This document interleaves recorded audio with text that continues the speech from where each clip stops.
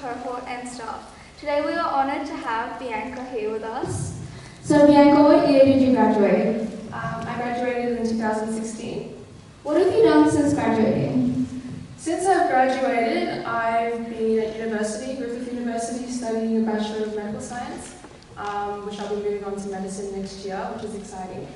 I've also been doing some volunteering. Last year in June, I had the pleasure of volunteering in Cambodia for 2 weeks.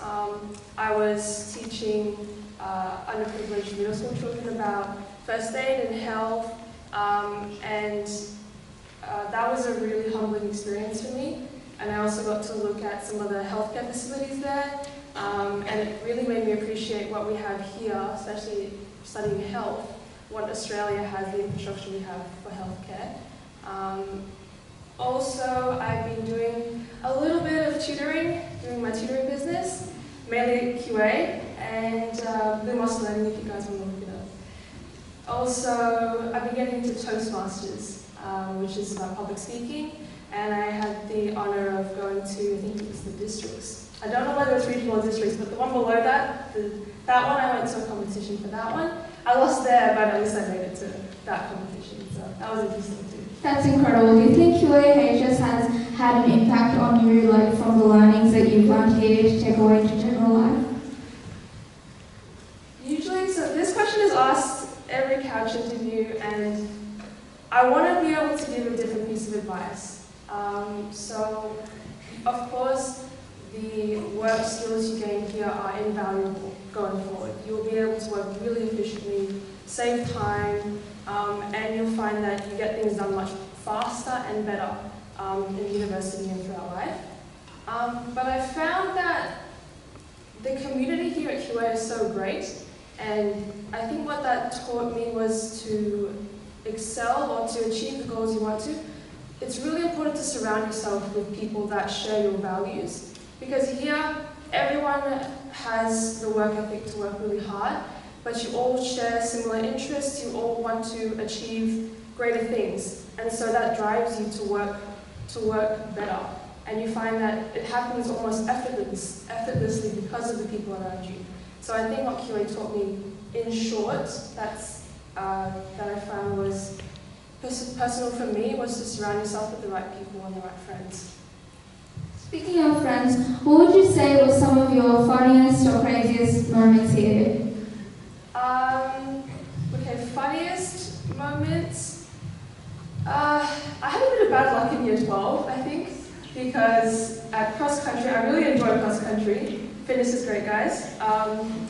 So I usually did pretty well at cross country, but in grade 12, I think I was coming second, and it was a really hot day, and 100 meters before the finish line, I think, roughly 100 meters, I fainted. It wasn't funny at the time, but it's funny now, looking back on it. I didn't end up getting second, but I got a scratch instead, so I messed up for it. That was an interesting time. What else? Then I broke my ankle at year 12 camp. Yeah, Miss Carter and this guy. But I think, yeah, they were events that weren't funny at the time, but you kind of laugh at them now, and it's a good story to tell places like these. Agreed. So, how was the transition from an IB high school into uni? Effortless. It really is, because the amount of work you do here, and even the content you learn here, is going to go forward into university. So if you end up doing health, you'll learn about, say, people who study biology, you learn the board shift and all those things, and they're covered in university. So a lot of it you will have known already, and then, as I said before, you can be really effective at writing.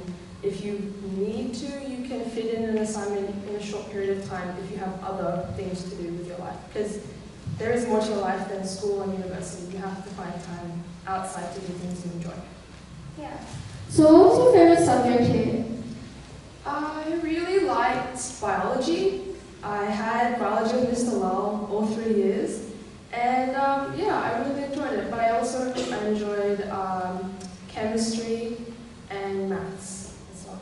And because my parents are engineers, so I kind of have to like those subjects. Would you say that your parents students have been strict on you or quite fluid? I'd say the strictest person is me. About myself, I find that my parents sort of, because I was strict with myself and over time you learn to be disciplined, they kind of slack off a little bit because there's already enough pressure from, school commitments and everything. So they were really supportive by sort of giving me some space to, not pressuring me into anything and not making me choose a specific career path. So for this one to be relatable to year 10s, how was your first week at QA? Was it stressful, and do you think you got better at managing your time and everything? That's a good question. It's such a long time ago. Year 10, I was nervous because you're meeting people. I think I knew no one from my previous school, but I was excited to meet everyone, and I found that although Year 10 camp isn't in the first week, Year 10 camp was really enjoyable for me because I got to create deeper connections with everybody, and you realize that sort of you're all in this together, you're going to be together for 3 years, and you'll find that the more connections and friendships you have, the easier it'll be for you to achieve but also enjoy your school experience here. One final question. I know you've probably heard this one a lot, but what's one piece of advice if you could give to the current QA students that you would? Okay, one piece of advice that I think hopefully hasn't been said before. Your biography does not shape your destiny. That's a quote from Tony Robbins, but I found that really resonated with what I learned personally. The great thing about the IB curriculum is that it's not like OP. OP, if you do badly in term 1 or term 2, year 11, it's going to affect your final score at the end.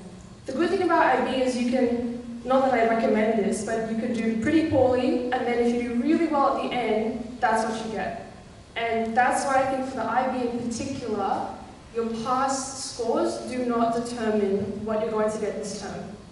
That can go both ways. If you did not as well as you wanted to, just step back and say, okay, I'm not going to let this score define me. Here's what I don't know, here's what I need to know, and just aim for a score irrespective of what you achieved before. And that's how I managed to jump, I think, 5 IB scores or more over 2 terms. So really, your biography doesn't shape your destiny. At the same time, if you've been doing really well, that also doesn't determine your next score. So in essence, don't get cocky. But that's what the thing is, my advice would be to not worry about what scores you've gotten in the past, and also don't worry too much about how you've done in comparison to other people, because as bright students there is friendly competition, and that's very healthy. But if you start to get bogged down by, I used to be 1 IB point this, and I went down below my friend, it gets too competitive, and it gets you sort of stuck. And so sort of distance yourself from your previous scores and what everyone else is doing, and just focus on, I want this score or I want this goal, and achieve it, because nothing you've done in the past affects what you're going to do now and in the future. Thank you so much for being here today, Bianca. On behalf of all of QA